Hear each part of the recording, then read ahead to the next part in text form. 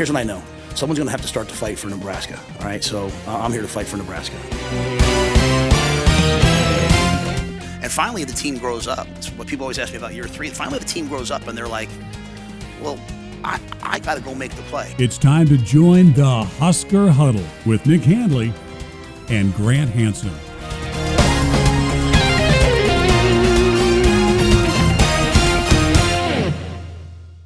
It is the Husker Huddle. We are happy you are with us on Nebraska's first Big Ten road trip as they take on Maryland this weekend. Alongside Grant Hansen, Hi, what's up? Nick. Hey, how are you? I'm doing great. Good.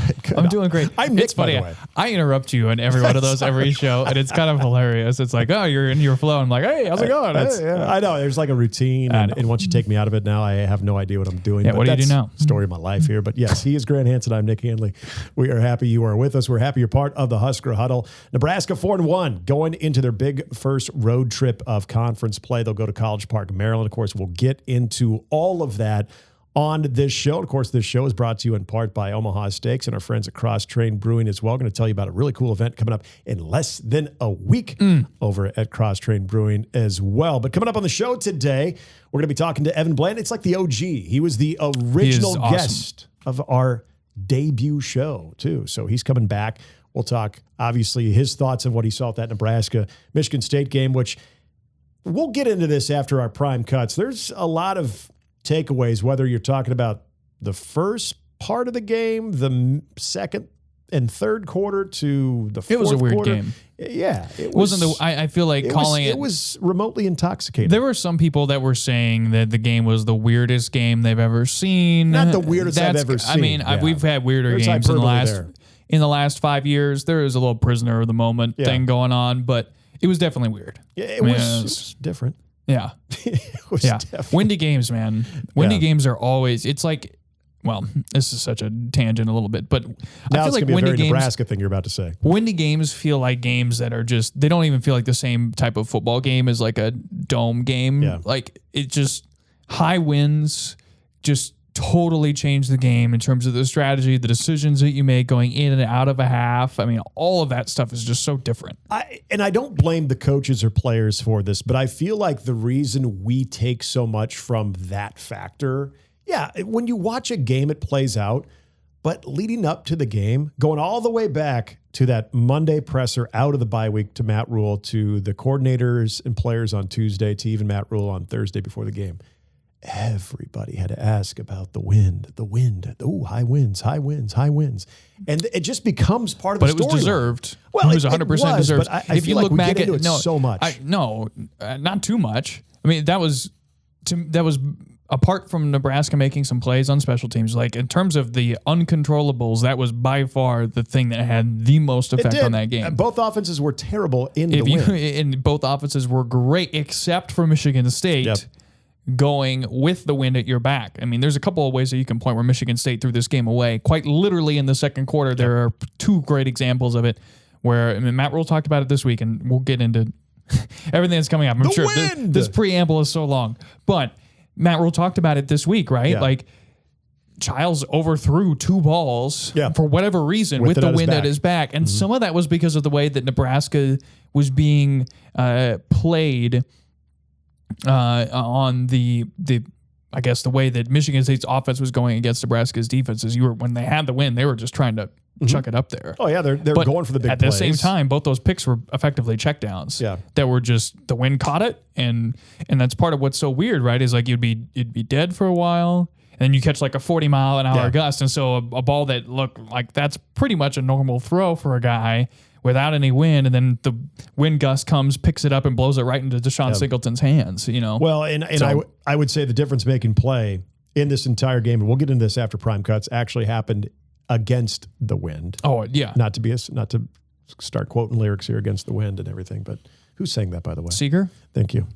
90% sure. I'm going to look it up. Bob Seeger. While you watch the prime cuts. That's true. Also, coming up on the show, we are going to be talking. I had a chance to catch up with Henry Lutovsky. Offensive line feels like they have now what they're going to work with, especially the tackle position. But I will talk with Henry Lutovsky. We'll play that for you. Of course, we'll also have our predictions, mailbag questions, all of that you can always expect here on the Husker Huddle. And if you want to continue to follow the Husker Huddle, there are many ways to do so. Yes, there are. Well, first and foremost, we encourage you to subscribe to our YouTube page, to give this video a like, perhaps a comment, your thoughts on the show, and go ahead and share it with some of your friends. Anything you can do to help us grow, we greatly appreciate that. So thank you in advance. And if you're listening on Spotify or Apple and you haven't yet given us a review, we also ask if you would be so kind to do that for us. Give us a 5-star review. And I don't even think you even have to leave any comments or anything. It's just 5 stars. Look at that. Super easy. So again, if you can do that for us, we would thank you very much for that. And then again, if you would like to reach out to us via email directly, the best way to get a hold of Nick and I, that is at huskerhuddle@myboomerradio.com. huskerhuddle@myboomerradio.com. As Grant mentioned, our prime cuts as we give you to kick off every show coming your way. That's brought to you by Omaha Steaks, your go-to for game day, from sizzling steaks to all of your tailgate favorites.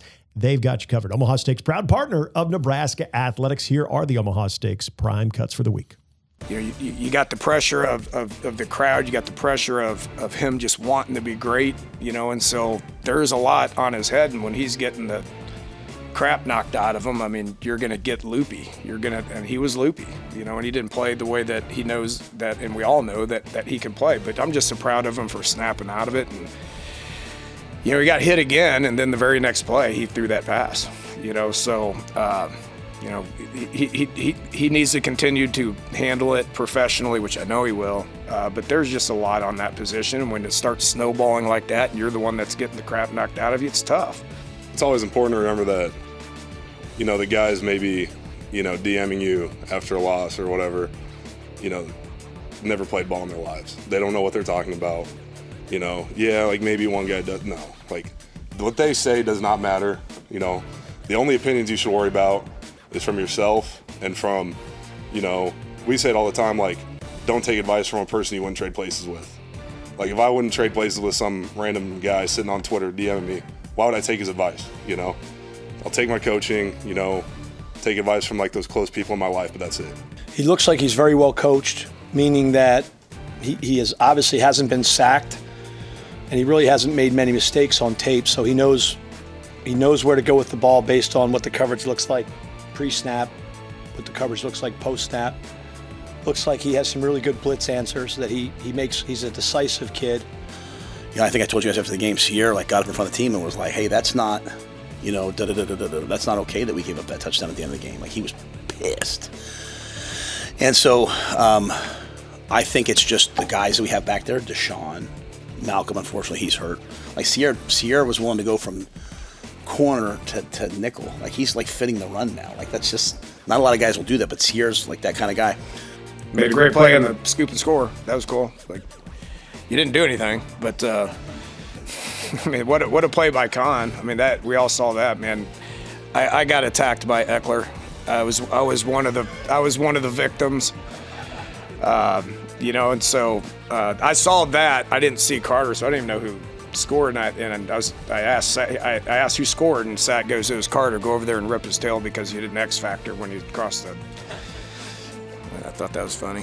Prime Cuts brought to you by Omaha Steaks, your go-to for game day, from sizzling steaks to all of your tailgate favorites. They've got you covered. Omaha Steaks, proud partner of Nebraska Athletics. Hey, I was right, by the way. Bob Seger in the silver bullet bag. I always think, I was 90% sure I was right. The win. Sorry. Yeah. Okay, I'm not even going to. Nice job. That was actually not that bad. Thanks. I appreciate that. I'll get on your deep cuts. Cross promotion there. Inside stuff. Well, we won't do that. By the way, can we just for a moment acknowledge Dana Holgerson on Tuesdays is delightful. He is delightful. I mean, that's the other thing. But he gets to the point. But he's just got. You can tell he's done this many times. Is it surprising to you how upfront they are with everything? And part of that is because Holgerson has been a head coach. Yeah. And John Butler has worked in the NFL where, look, I mean, you have open locker rooms. It's just you are required to be much more open than you have to be in the college game, right? Similarly, you're required to be generally, there are exceptions to that, but there's more expected of you as a head coach, which Dana Holgerson was. Ambassador, CEO. Then an offensive coordinator. And so you have two guys in those two positions that have already been in situations where they're pretty good at being loose and upfront without giving away everything. and can be very entertaining, right? And can also give you, like, how many times this year have they, and you could point to, watch that whole 10-minute press conference of Dana. You can point to probably 4 or 5 different plays from the game that he broke down specifically and said, hey, this thing went wrong. We needed this to happen. And this, we're trying to set up this guy going deep on this way. We had 2 guys. This guy was open and we missed him because it was a missed assignment at left tackle. The level of detail that people get from both Matt Rule, but also Dana Holgorsen and John Butler, who at the beginning of the year, I felt like, and still kind of is, he's of the 3 is probably the most contained and reserved, but even he is opening up and sharing a lot more information than he has in the past. And so I think collectively we are very, very fortunate to be in that sort of situation. John Butler's direct, but yes, that's why when he does but go his a little bit pretty off good of too. Script and give you a little color, it's very well received. But you're right about Dana Holgorsen, and I'll add this about Dana. There is a lot of that head coach feel to it where he starts talking like a coordinator. He'll tell you about certain plays. He'll start telling you where things went wrong or things were good, but then he will stop short of trying to make excuses and just come right back to the crux of it of it wasn't good enough. I mean, going as far as saying it sucked. But the one thing, and you and I talked about this on Sunday during Husker Hindsight, our reaction show. If you haven't checked that out, make sure you do so on Boomer every Sunday after Nebraska games from 11 to noon on Boomer Radio. There was a little bit of that feel of disgruntled fans watching the offense when they were a slog. And it was. This offense was a slog at one moment. I mean, disgruntled is I think the general pissed off feeling frustrated that the offense had trickled over towards the fan base. I mean, the fans were pissed. They were booing. I was in the North Stadium below the big video board there, and I could hear booing going on during that stretch where Nebraska was 3 and out, getting a yard here, a yard there. I mean, it was kind of tough to watch. The play where Dylan tries to basically do a wraparound pass and it gets blown up, and that could have been a disaster. Thank goodness it fell incomplete. There were just a lot of those moments where you could tell the offense was not in rhythm. They were completely out of sync. Fans were getting very impatient with that, and you could tell how much that meant to this offense, especially 15, because Matt Rule alluded to this on Monday, that there was him maybe doing a little barking at some of the fans. And he had to quickly pull him over and say, I want you to play angry, but I want you to repurpose that to the field. Biggest lesson learned, right? Yeah. And so you heard Dana laid it out too, right? Like the pressure that he's under and all that sort of stuff. So I think, on an individual note, that's one of the better individual lessons learned and things pulled out of this. One of the guys that we'll talk a little bit about with Evan later, but a guy who got a lot of love this week was Sear Wright. Who's come over to that nickel spot. John Butler's talked about how he's got to come down and start playing run fit and defend a different area of the game than he did previously. Senior guys on this team that are willing to be flexible and move into different positions to help the team win and are smart enough to do that. Yeah. Right. So and that doesn't mean that Nebraska is like this championship level team because of these things. No, this is sort of the expectation. This is sort of the bare minimum to get to 8. To get to 9, to have this type of thing. And Nebraska hasn't had that in a long time, right? So don't mistake my excitement or my pointing to these different things as Nebraska is going to go and win the Big Ten and they're good enough to be a CFP team. There's still plenty of space to go between there.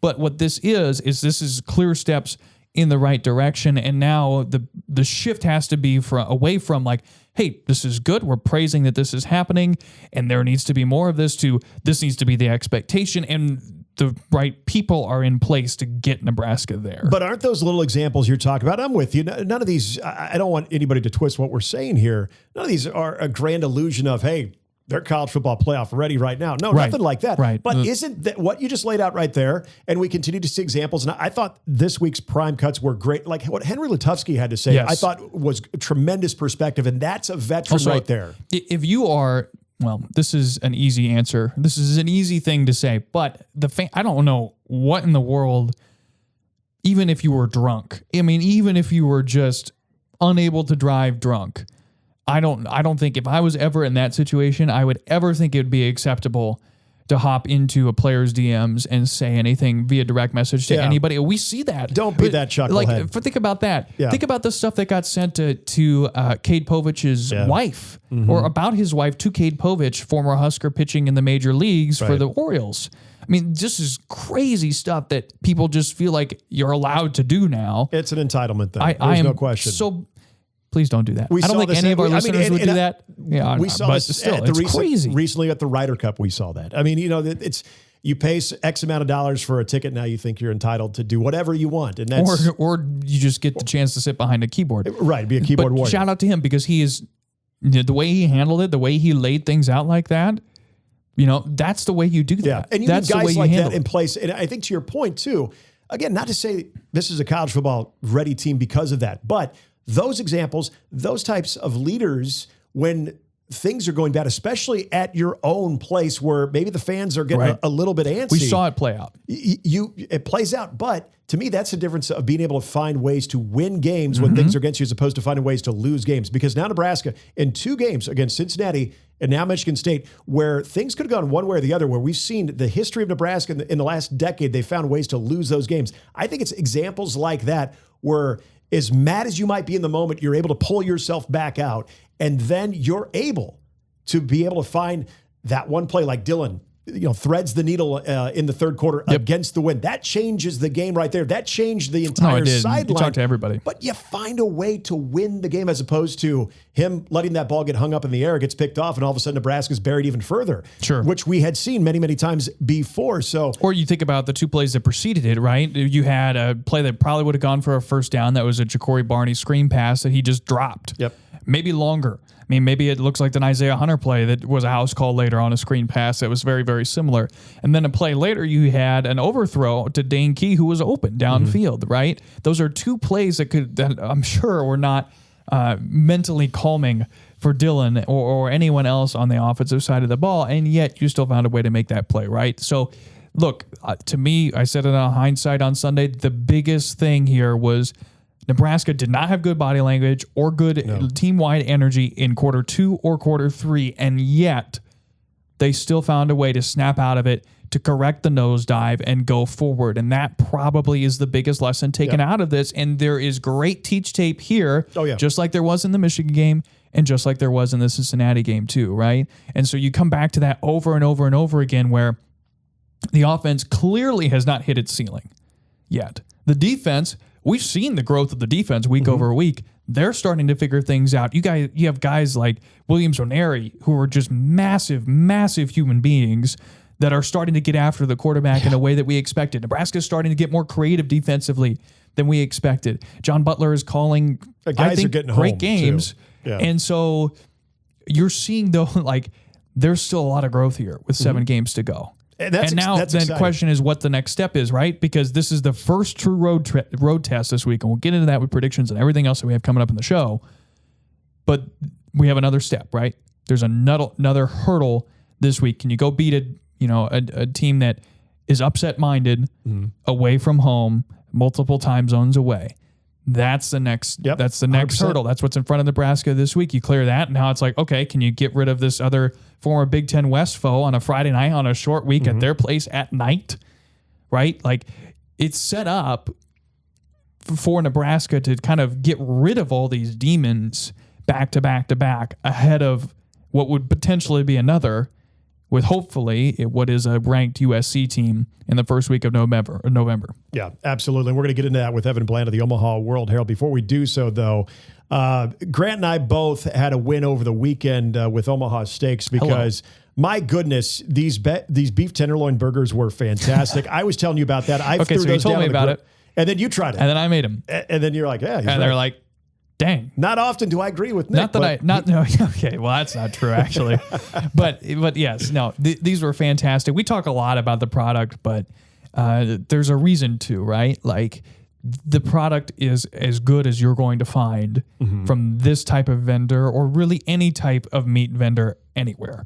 And these burgers were fantastic. Highly recommend you check them out. I haven't had the smash burgers yet. I expect them to be fantastic because these burgers were great. Oh, they're good. And I'm going to end up trying the hot dogs this week too. So Yeah. we'll check back here next week for the Omaha Steaks hot dogs review. I've already told you I love them, but more importantly, the most tough critic in my house when it comes to hot dogs is my wife, and she absolutely loves those. But Omaha Steaks offers an exclusive lineup of USDA certified tender steaks and their fan favorite filet mignons. You know about those, but also they've achieved the distinction of USDA certified very tender, and you will know it with every cut, whether we're talking about hamburgers, steaks, we're talking about even some of your non-traditional Omaha Steaks fare like chicken wings that are great for tailgates. All of that comes with its unrivaled quality and variety that you are going to get, and every bite is backed by their 100% guarantee. And you can right now say big with Omaha Steaks. Visit omahasteaks.com for 50% off site-wide and an extra 20% off select favorites during their early Black Friday sale. And for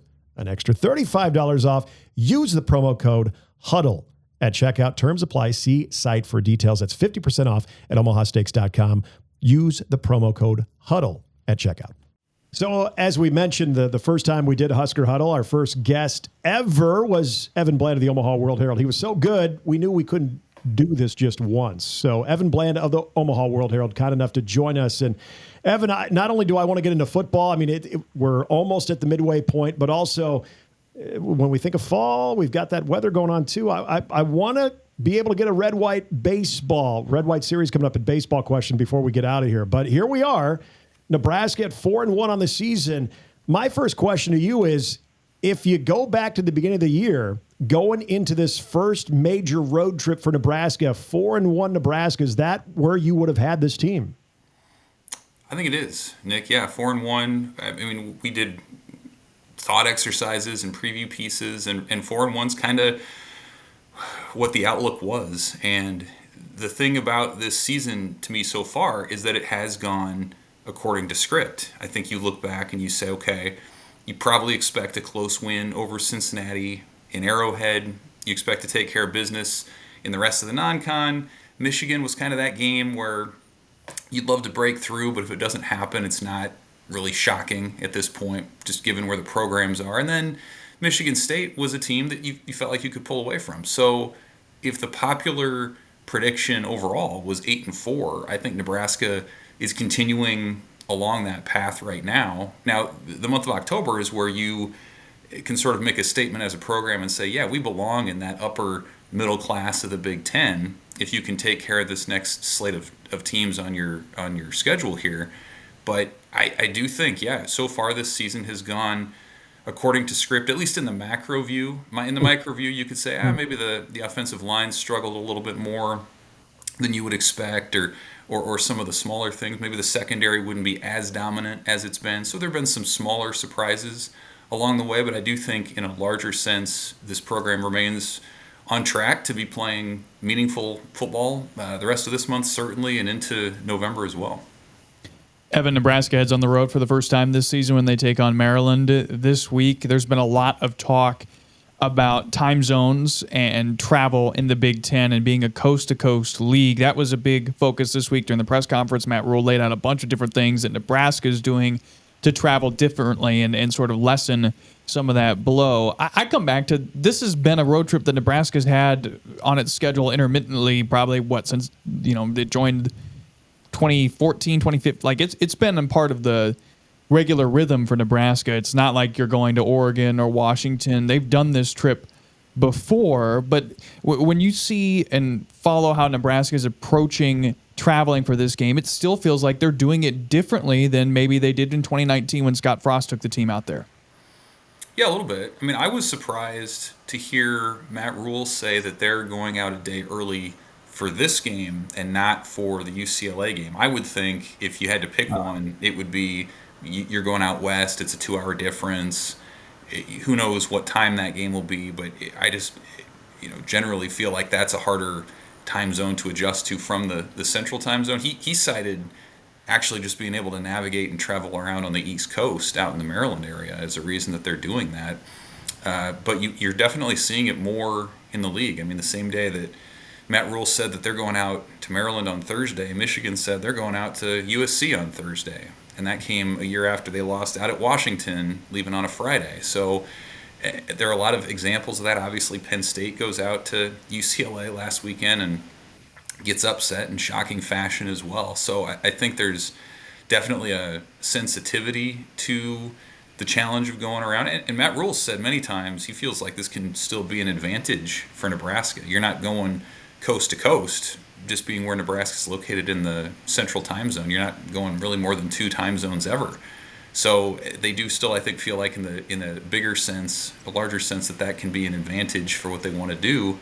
But I think it also is reflective, guys, that they consider this to be a big game. I mean, this isn't a situation where you feel like you can go out on a Friday and roll the ball out there and just kind of beat them in cruise control. Like they want that day Friday to acclimate and settle in and lock in and be ready to roll then on Saturday. And then, of course, you look ahead and you have the short turnaround for the flight to Minnesota the week after that. So it's definitely a challenge. It's what they signed up for. It's part of the reason that every Big Ten check is pretty big to all these schools. I mean, you're going and part of a coast-to-coast league, but certainly they're investing in the quality of travel, I think, as high as anyone when you talk about bringing chefs along. And Kristen Coggin, the nutritionist, is out there a day early making sure everything's set up and all the rest. So they're trying to simulate and capture, I guess, the best situation for these guys to be able to perform well. And really now here for the first time all year, they're going into a true road environment. We'll see how they respond. Talking with Evan Bland of the Omaha World-Herald here on the Husker Huddle. Evan, a lot of the conversation we heard on Tuesday revolved around, especially with Dana Holgorsen, about the offense and just that moment in the Michigan State game where you look at a period of that game where Nebraska's barely able to get 20 yards and multiple possessions total.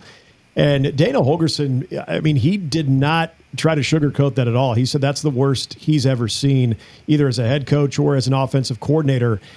I want to ask you, because we know a lot of the success of this team hinges on this offense taking those leaps and bounds in 2025. What you saw against that Michigan State defense for Nebraska coming off the bye week, is that a concern or an anomaly in your opinion?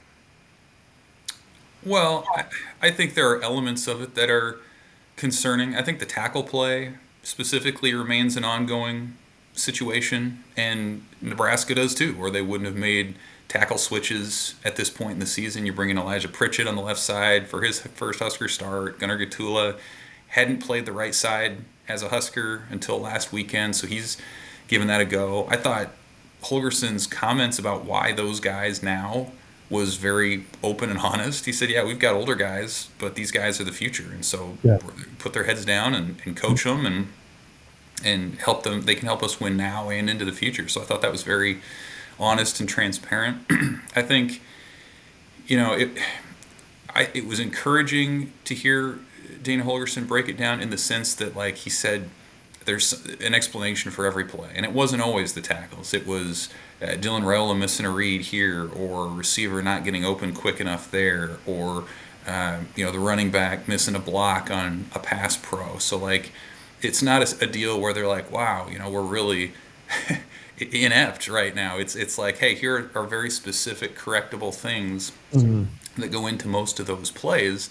And then we saw what happened when it did get corrected. I mean, Dylan Raiola provided the spark on that 45-yarder down the sideline to Corey Barney, and they got rolling after that and were able to pull away and still beat a Big Ten foe by multiple scores. So I think certainly that's not what you want. That level of in depth of drought from that second quarter, really the first quarter into the third quarter. But I think you do have to be encouraged that they were able to respond to that, pull out of that.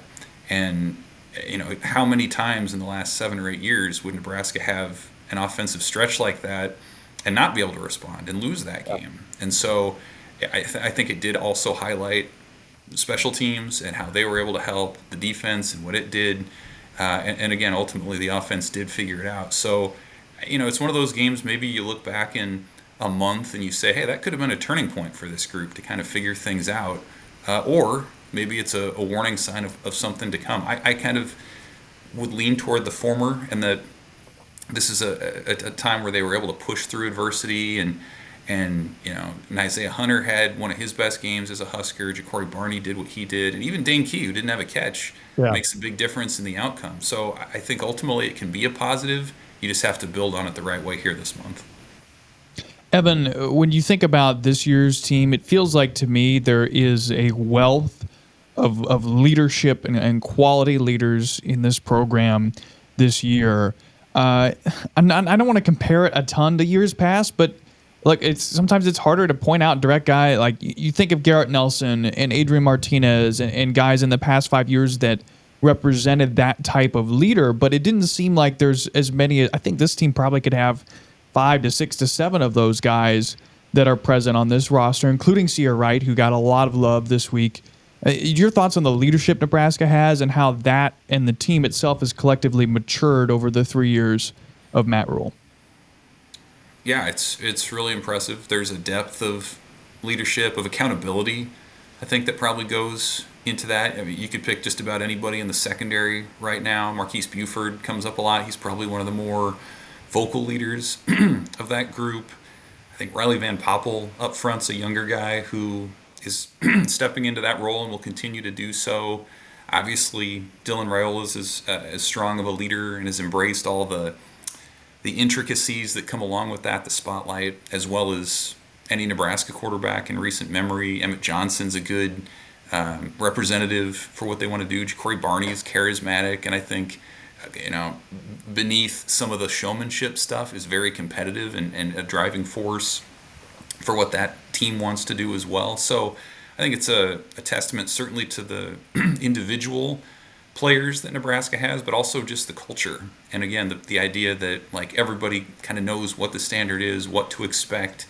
It's not weird to call out your teammate if it needs to happen vocally or however that needs to be conveyed. We heard about it in the preseason that like this is a team that can be player led, that it's not the coaches setting the standards and the players, now it's the players enforcing it. And so I think we've seen that, and I think you hear it when they talk every week too. Like I really, it feels like the message has been taken to heart that what they want to do is be the best versions of themselves. They're not getting caught up in the opponent, and that doesn't mean like they ignore the opponent and say, oh, it's not a big game. It just means like their motivation is to be the best version of themselves, put the best stuff on film, to perform at their highest, and they believe that the results will come. So I think they're in a really good mental space too, and that starts with some of the standard that those older guys, especially guys who've been through the wars at Nebraska, have set and are establishing. Two areas, Evan, I think about this game against Maryland that really do, if anything, should give Nebraska fans a lot of optimism going into College Park. We heard John Butler mention this is the type of game that you have to pack your defense. You go on the road in Big Ten play, you have to pack the defense. And I don't disagree with that. In fact, I mentioned to Grant after we talked to you on Husker Hindsight on Sunday that to me might be one of the overlooked positives of this Nebraska team in 2025. A lot of focus on the special teams, and I don't know if what the defense is doing against the pass is getting enough credit. It's being talked about, but maybe not as much as it should be. I think that's a huge factor. But then going back to the special teams too, when you look at those two major upgrades and where this team is trending, you look at this stretch of games between Maryland on the road and the quick turnaround against Minnesota. How big are those two factors, in your opinion, going into these next two games? Yeah, I mean, absolutely. You're getting to the part of the year, certainly the next two games, but really through November, where the defenses are going to have to start taking over a little bit more. You're not going to be able to count on winning shootouts every week when the weather gets colder, and we've already seen what happens when the wind is a factor, and Nebraska was able to pull through that. But, the defense is such an interesting conversation because the run defense, the ability to stop the opposing team from running the ball, has been kind of hit and miss, a little bit suspect at times. I felt like they took a step forward in the Michigan State game in that regard, really forcing them to be one-dimensional with Aiden Childs as a running quarterback. So that part kind of has maybe taken up some of the oxygen in that conversation. But the secondary has been outstanding, and they've done it for stretches without Malcolm Hartzog, who's a senior, and Donovan Jones has quietly slipped into being a bona fide black shirt. I mean, he's a starting cornerback for them. Sierra Wright moves to nickel in Hartzog's place and has been really good. And you've already got younger guys like Amari Sanders still trying to crack into the lineup too. So it's in a really good spot this year. It's in a really good spot moving forward. Deshaun Singleton has a great game.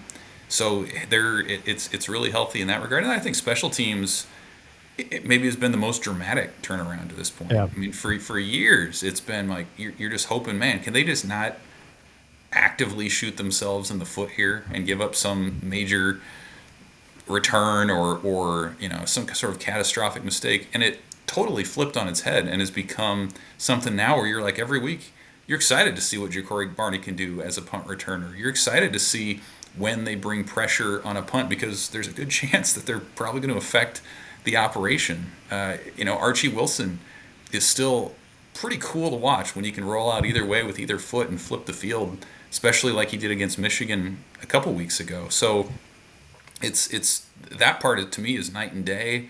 I don't know that we've still seen its biggest effect on a game this year. I think with 7 Big Ten games to go, there's going to be moments where that unit's still going to help Nebraska in ways that maybe fans haven't been used to seeing for a while. So that's probably maybe the most comforting part if you're a Nebraska fan, is it's no longer just about one thing. It's not just what's Dylan Raiola doing. It's not just stopping the run. It's so many different areas now, including special teams, where players can help you win a game.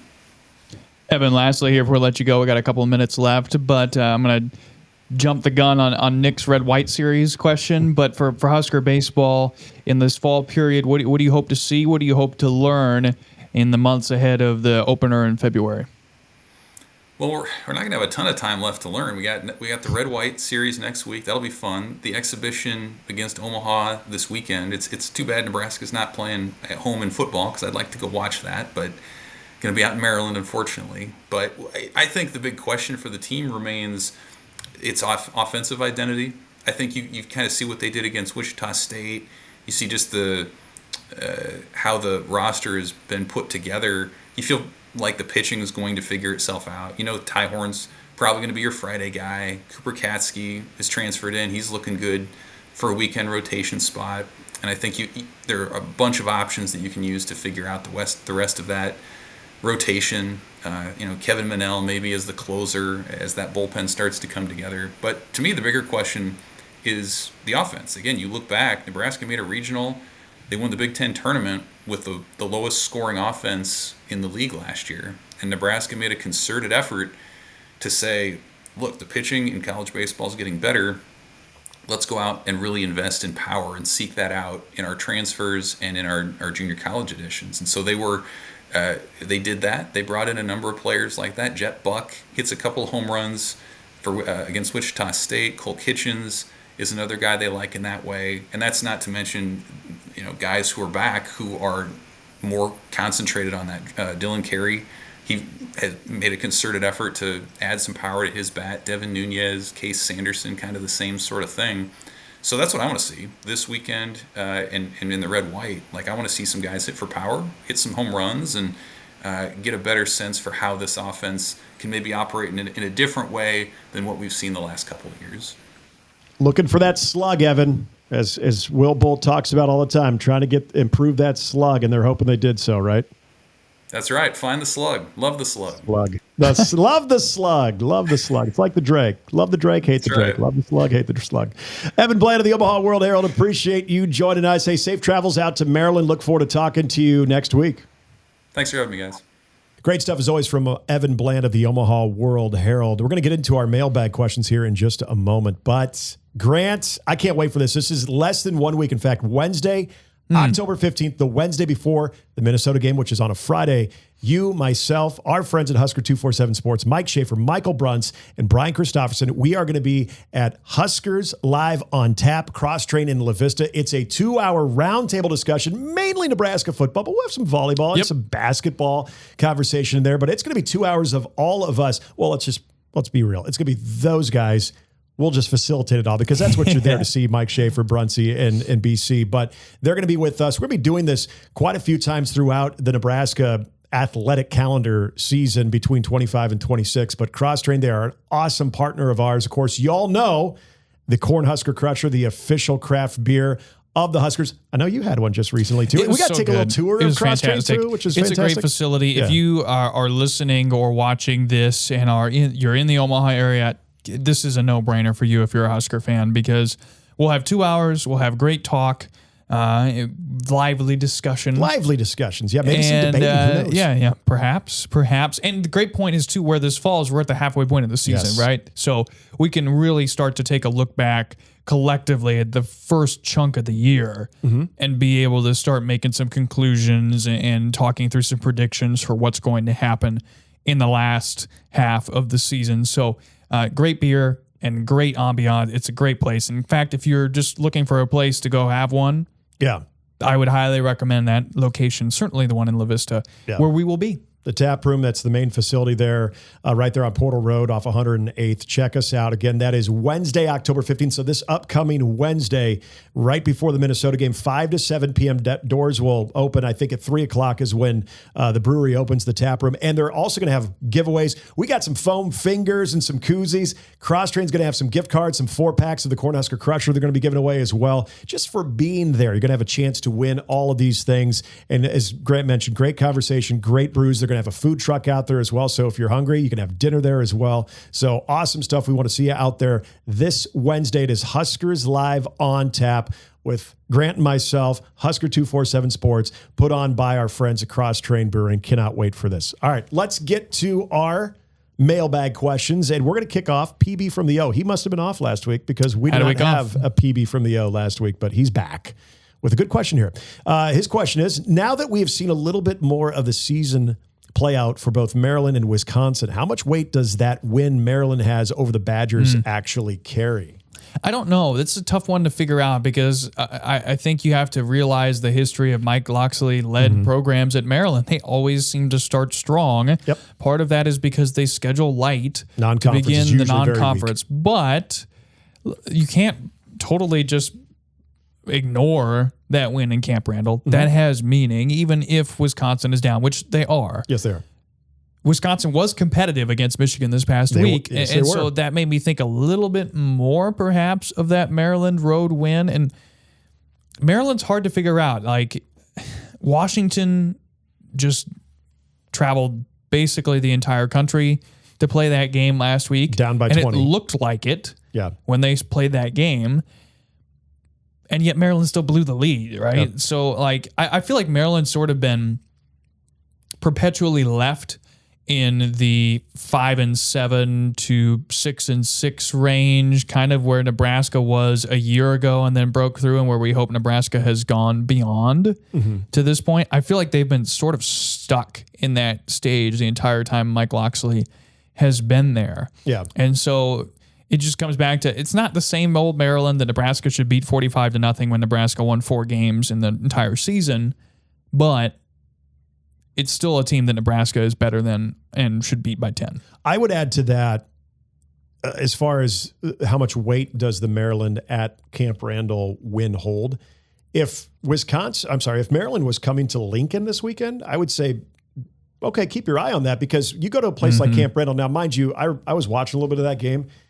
It was, if not half full, 3/4 full at most. I mean, it wasn't your typical juiced up Camp Randall. Not Paul Christ peak. Yeah, students are letting you have it. I mean, it was a pretty sleepy they were crowd. down. They were down even the last time Nebraska went there. It's just Wisconsin's sort of an identity crisis situation where the students sort of roll in halfway through the first quarter, and they kind of just show up for jump around, and then they do jump around and then they leave. They need something to be excited about. If the team is giving them something to be excited about, that's one of the toughest environments to play in. But one of the better unfortunately, ones, their team is not doing that. But as far as how much weight does it carry as Nebraska goes to Maryland, I don't know if it does carry that much, because you brought up the game that I'm more curious about on the impact it has on this Maryland team, and that's what happened last week against Washington at home, where they were up by 20, then they'd blow that lead. I think this is a fragile team. Or does it break them? Does it motivate them, or does it break them? I think there's going to be a sense of urgency, and if those things aren't going well early on, look out, because we know about the culture of Michael Locksley. He talked about it at Big Ten Media Days about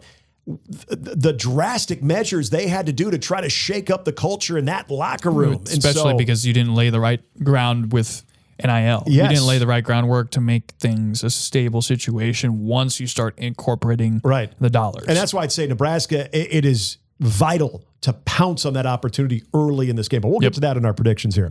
This one's from Corey. Good question, by the way, PB from the O. Corey asks, second time this season playing against a true freshman quarterback and a top 50 recruit from this past year. Another 5-star. Yep. What do you think Nebraska learned after playing against Underwood for Michigan and how they can right the ship to have a different outcome in this game?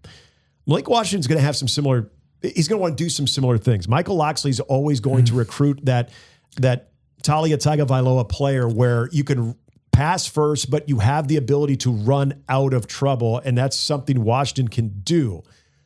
What I like what Nebraska was able to do is, I don't know about you, Grant, my eyes told me they made it tougher on Aiden Childs to get those extra yards. Now, give Aiden Childs credit. So they limited his ability as a scrambler, and they really only had consistent breakdowns on one drive. That was the go-ahead touchdown drive in the third quarter. Yep. But other than that, they did a good job to keep him in check. I would say the difference here between, Washington and Underwood is that Underwood is definitely more of a runner than Washington is. And Washington is more of an impressive athlete. He's got 3 rushing touchdowns this year, but he's not.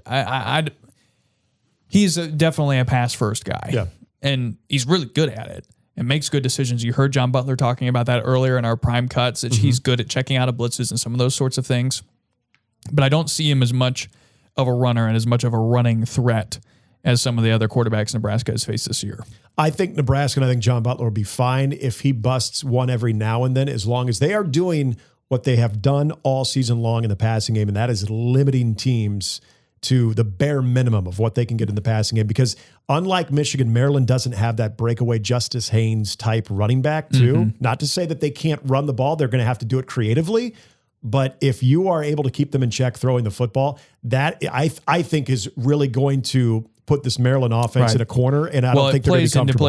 It plays into Nebraska's advantage. And we'll get a good idea this week too, if that pass defense that we've heard and talked so much about is as good as we think it is. Because you're facing a team this week that is going to want to throw the ball first. Yep. And so, that'll be an interesting piece to this. They're averaging 3.3 yards per carry. So can Nebraska make them one-dimensional and specifically force them into the dimension that, to this point in the year, has been the strength of Nebraska's defense in defending the pass? No doubt. Last question before we get to Henry Lutovsky here. Sammy asks, analytics-wise, 67% win percentage on ESPN and 6.5-point favorite regarding Nebraska being favored over Maryland. Nebraska is a fairly heavy favorite on the road in Big Ten play. Is this an accurate assumption of what could happen Saturday, or will we be getting a closer game than expected? Trust Vegas. What they're saying is it's going to be a one-possession game. I expect that. But I do think, you mentioned this last week, that you thought that line could play out to where Nebraska could maybe pull away. And essentially they did. You were right. Depending on where you got that line, if you got it at 10.5 or 11.5, one of those actually the Michigan hit. State line, yeah. Exactly. This game, I'm more on, I was not in agreement with you on that. I thought that was going to be a one possession game. And for a while I'm thinking, I was right. But I'm on board with this game. I think road game on the Big Ten, it should be a one score type of affair. But really? I think there's enough with what Nebraska can do from a defensive standpoint. And if they can continue to work the short field like they did against Michigan State, have that average starting field position essentially at midfield or even better, if they can do that, they're going to take advantage one way or another. So I could see that number ballooning a little bit to where I could see Nebraska not only covering, but finding themselves maybe pulling away there at the end of the fourth. Yeah, spoiler, I think Nebraska covers. I buy it way more this week than I did last week. Yeah, I do too. And I think, Nebraska has said a lot about the strength of Maryland's defense too. This week, there was a lot of talk too about how they get after the quarterback. We'll talk a little bit about that when we get to predictions, but I think Nebraska can handle Maryland. Nebraska's defense handling Maryland's offense. I think that you feel good about that. And to this point in the year, the most probably, you make an argument for special teams, but offense has been Nebraska's strength probably. So, look, I like Nebraska at 6.5. I like Nebraska to cover. And I had a friend who was surprised at 6.5. He thought it was going to be a pickup game. I'm sorry, I keep throwing pick 'em. Pick'em game. Could be a pickup game. Could be a pickup game. He thought A lot of points. He thought we were going. He said, "Look, I think Nebraska is going to open up, 1.5, 2.5 at most." And I was like, "This is 5 or 6." Sorry to keep throwing him under the bus. I did that to him on hindsight too, but like 6.5 feels right to me. Yeah. I think it could be higher. So I'm not. That number doesn't terribly scare me that much. You've heard me say this many times. Vegas doesn't trust Nebraska.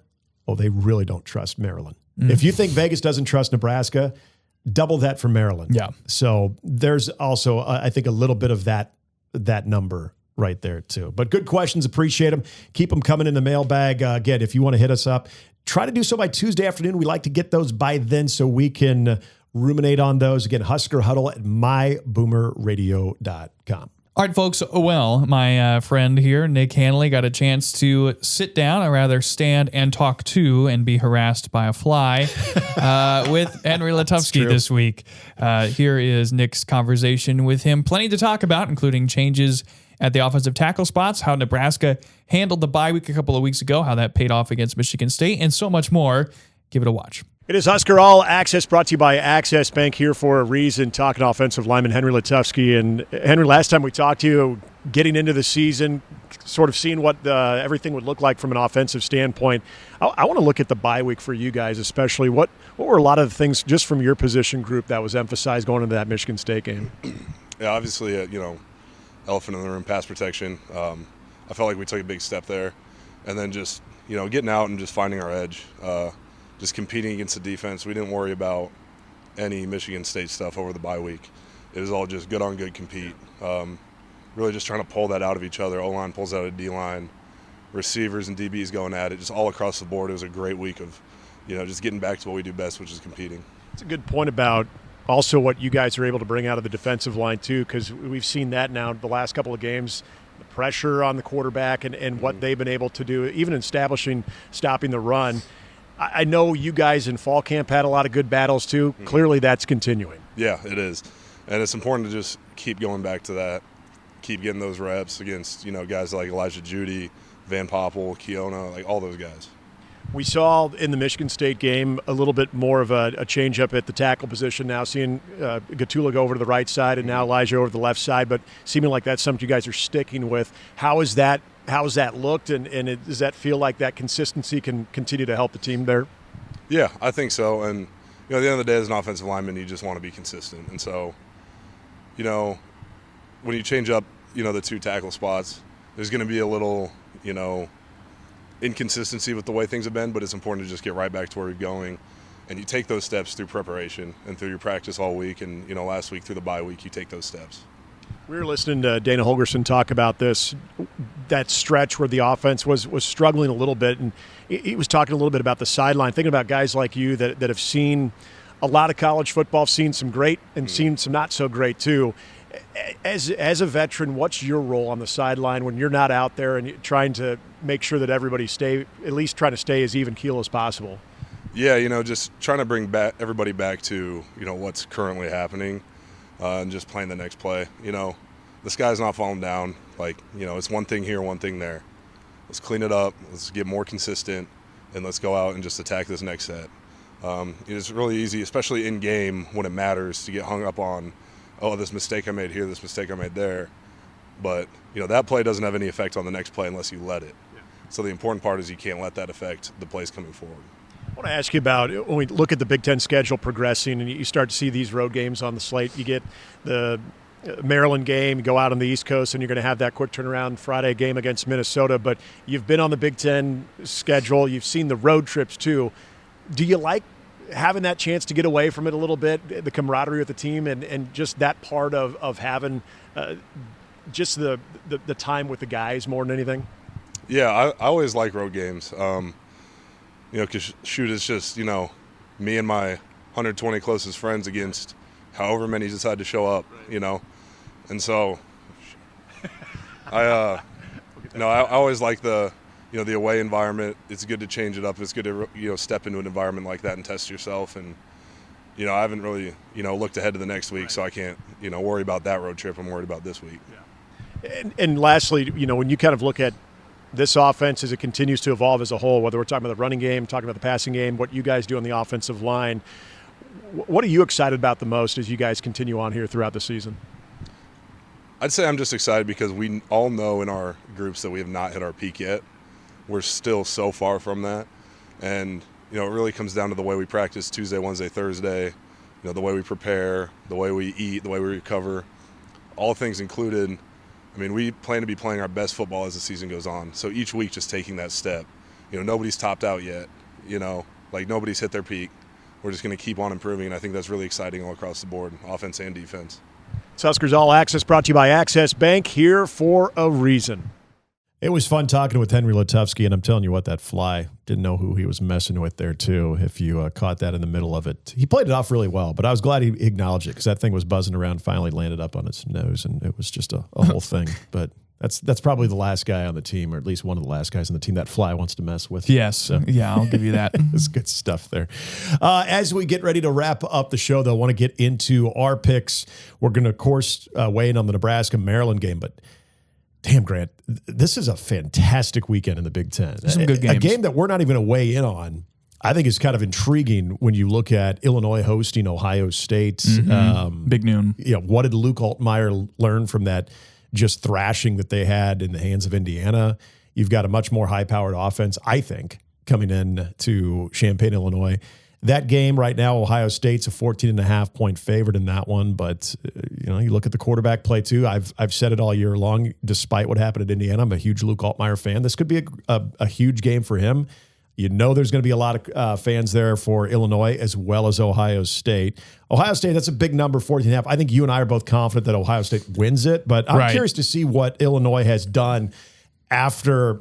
Are they still able to stick around in that discussion as a dark horse, or did that Indiana beatdown do a number on them, and games like this are going to kind of prove that against I would still say a much more superior team? Well, and you think about this, though, if somehow Ohio State, they can find a way to be competitive against Ohio State, that'll hold up well down the line, because you have Washington, Rutgers, Maryland, Wisconsin, and Northwestern all coming up after this. All of those games they should probably be favored in. And so, look, if you can be sitting in the beginning of December at 10-2 on the outside looking in the conference championship game, they would be in position, if they can be competitive in this game, to be an at-large consideration for the CFP. Yeah, absolutely. Even UCLA at Michigan State. UCLA, what's their encore after that upset against Penn State? Michigan State, feeling like they might have had, at least at one point in Lincoln, a chance to beat Nebraska. That didn't happen, so those are some interesting games too. I want to start, though, and this is one we are going to weigh in on, and that's Indiana at Oregon.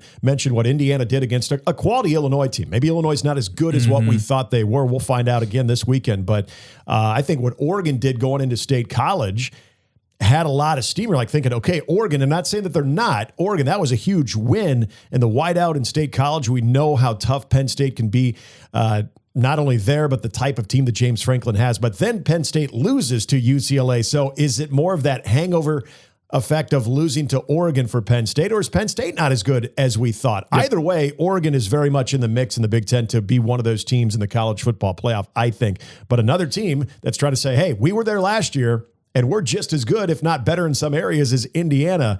I think the quarterback play between Moore and Mendoza are going to be fantastic. Again, I look at those two matchups, but when it comes down to the elements, Autzen Stadium, even though it's 55,000, one of the toughest places to play. It gets seismic readings in the state of Oregon when that place is jumping. But I think Oregon and Dan Lanning and that overall feel for the team, his overall attitude, and there's just that tone he sets that this team, I think, embodies. I think it's these types of games that Oregon really thrives, especially at home. So I think there's going to be some points in this one, no doubt. But I think Oregon is going to be able to outlast Indiana in this one. Yeah, the total is 55.5 on this game. And I would take the over, to be honest. I probably would too. Yeah, look, these are two quarterbacks, between Moore and Mendoza that are probably at least, I would say, in the top five of Heisman candidates at this point in time. Top 3, top 4 in the Big Ten. Yeah, sure. Excellent quarterback play here. I just have a hard time believing that Indiana can go on the road and win this game. Now, if there's anybody that can do it, it's Curt Cignetti and the type of coaching that he provides. But I have a hard time seeing that happen. I'm on Oregon to win this game, just like you are. 7.5 seems like it's a doable number. And I'm down on the time zone stuff again, right? Like you have to go basically all the way across the country, Eastern to Pacific. So that's tough. And I think, is this the first, let me double check this. I'm just kind of firing from the hip here a little bit, but this is the first true, just a second, back-to-back road games. So Indiana was home for the first 4 weeks of the year at Iowa last week. You got that done on the road, 20-15. That's a great win. The offense looked, Iowa's defense. That's what you would expect they're going to on the road wall. at Iowa. I think Oregon's feel pretty safe with that pick, and then everything really lightens up too for Indiana down the stretch because you have Michigan State, UCLA, Maryland, Penn State, which is currently unranked. That's on the road, and before the year, you would have started that game as a really big contest late in November.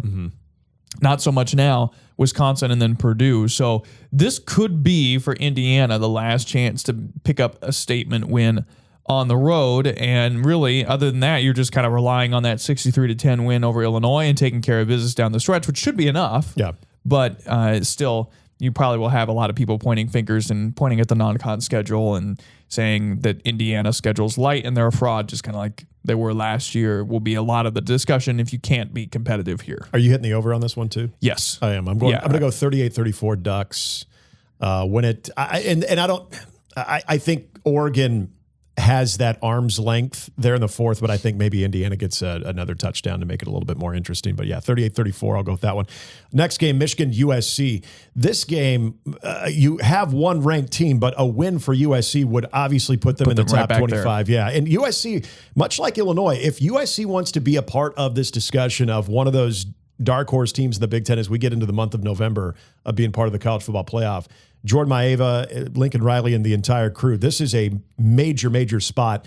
Unfortunately for USC, I think there's going to be more Michigan fans at this game. You'll have a smattering of USC fans, don't get me wrong, but we know that venue usually, especially if you have a traveling... everything but the Lakers in that area is like that. If you have a fan base that likes to travel, and we know Michigan fans will travel, you can find yourself comfortably in that venue. This is a much different road challenge, in my opinion, than what Michigan was able to accomplish in Lincoln. And I was impressed with the poise, the moxie that you saw from a true freshman quarterback in Bryce Underwood, where I think we're just scratching the surface with him. But I still continue to be really impressed with that defense because although the offense kind of sputtered against Wisconsin, that defense traveled. What did John Butler say this week? You got to pack a defense on the road. I think Michigan's going to be able to do that. I think Michigan gets the better of USC. I think they go on the road. And Michigan shows that they are a legitimate top 20 team. I think Underwood takes a step forward. I think Justice Haynes is a huge part of this game, but I think it's the Michigan defense that is the difference in being able to neutralize Maeva in that high-powered offense at USC. I'm going to take the Wolverines to win 28-20. Yeah, this is a brutal stretch in the schedule for USC because after this you have Notre Dame, that's on the road, and then Nebraska. You had Illinois before. So those are, four teams there that are either inside the top 25 or in the case of Nebraska, hovering just outside of it. So this is a tough stretch. You already lost against Illinois. I think this game is a must-win for USC in a lot of ways, which of course every game is. But look, you have to get this right because you go into Notre Dame losing back-to-back games against a team that's certainly motivated to launch itself back into the CFP conversation after a couple of losses to begin the year against quality opponents. That game will not be easy by any stretch, and going to Nebraska late afternoon or night will not be easy. I like USC to win this game at home just because of the stakes for the Trojans.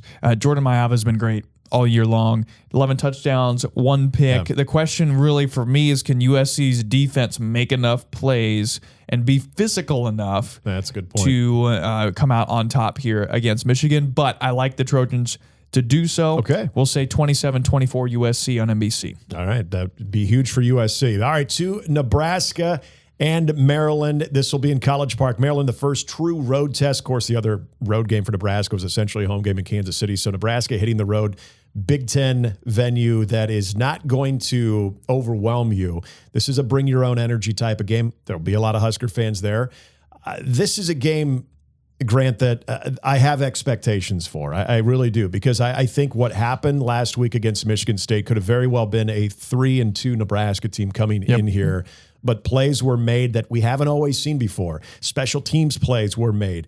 Defensive plays were made. A big-time throw by Dylan Raiola that really turned this game against Michigan State on its head. And so I feel like this is a team getting away from Lincoln as well, having a chance to go on the road and be able to utilize, maybe lack of a better term, a new lease on life when it comes to where you still stand right now. I mean, these are 2 4-1 teams between Maryland and Nebraska. I mentioned this earlier in the show. We said Vegas doesn't always trust Nebraska. Well, that's double for Maryland. I think Maryland's also in a situation with what happened to them last week, giving up a 20-point lead, letting 24 unanswered be the difference in that game against Washington. This is going to be a very interesting team. There's going to be a sense of urgency with Maryland, but if Nebraska can utilize the two things that I think have been working for them all year consistently, special teams and defense, I think that can get them out to that early start that they want to be in. If you can play the field position game like they were last week and actually take advantage, I think that's huge. And maybe I'm drinking a little bit of the Kool-Aid here. Optimistic-wise, I think the offense does click. Dana Holgorsen mentioned something about how Isaiah Hunter was the hot hand in that game, but Dane Key was doing things essentially behind the scenes that led to him having a really big game. I think Dane Key has a huge role, and I think he's a playmaker in this game, and I think maybe he becomes the hot hand, but I also see Emmett Johnson having a big game, and I think the Black Shirts also have a chance to really attack what I think Maryland wants to do, and the thing that they've been able to do very well and being able to throw the football. I think Nebraska defensively has that great chance of shutting them down and really neutralizing a non-existent running game. I think Nebraska covers in this one. Again, and if we're looking at the numbers, it opened at 5.5. It's at 6.5 in favor of Nebraska on the road. Over-under in this one is a modest 47.5. I think Nebraska goes on the road, beats Maryland, and they do so to the tune of 31-20.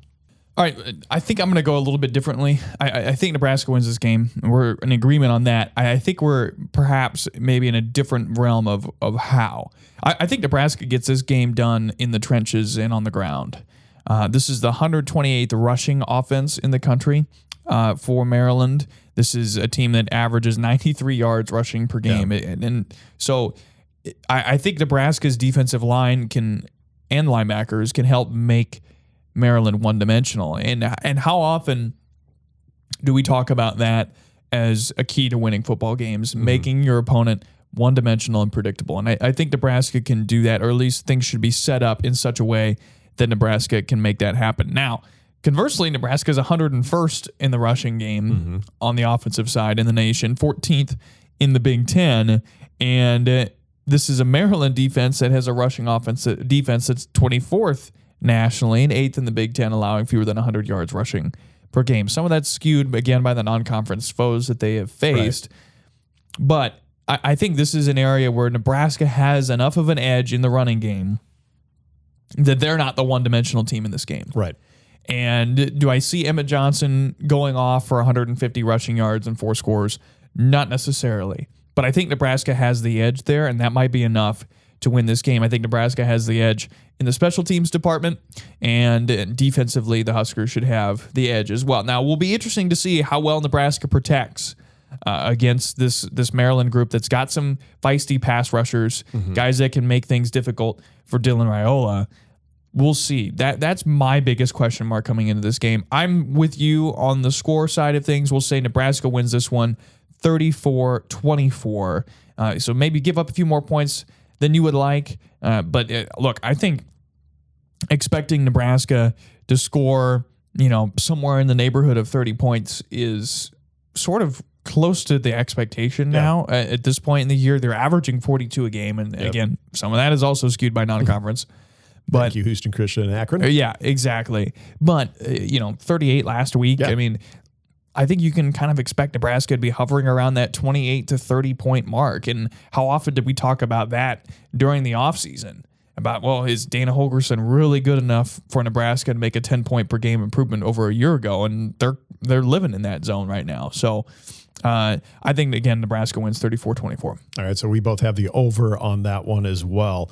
When we talk to you next time, it'll be Nebraska, Minnesota on a short week, as they will be taking on the Gophers Friday night out in Minneapolis. But we want to again remind you, Wednesday, if you want to get amped up for that game, join us at Cross Train in La Vista for our Huskers Live on Tap. Grant and myself will be out there with the Husker 247 sports crew of Mike Schaefer, Michael Brunson, Brian Christopherson. That's going on from 5 to 7 Wednesday at the Cross Train in La Vista. Of course, Cross Train Brewing, your home and for the Cornhusker Crusher, the official NIL beer, the official craft beer of the Huskers. So be sure to come out there. We're going to have all kinds of things to give away. They've got 4-packs, gift cards. We've got our Husker foam fingers. We got koozies, everything you could want just for showing up and being part of the show. Again, that's going to be from 5 to 7 Wednesday, October 15th over at Cross Train Brewing in La Vista. We look forward to that. Big thank you to Omaha Steaks. And of course, big thanks to all of you for checking out another edition of Husker Huddle. Until next week, enjoy your college football weekend and we'll talk to you then.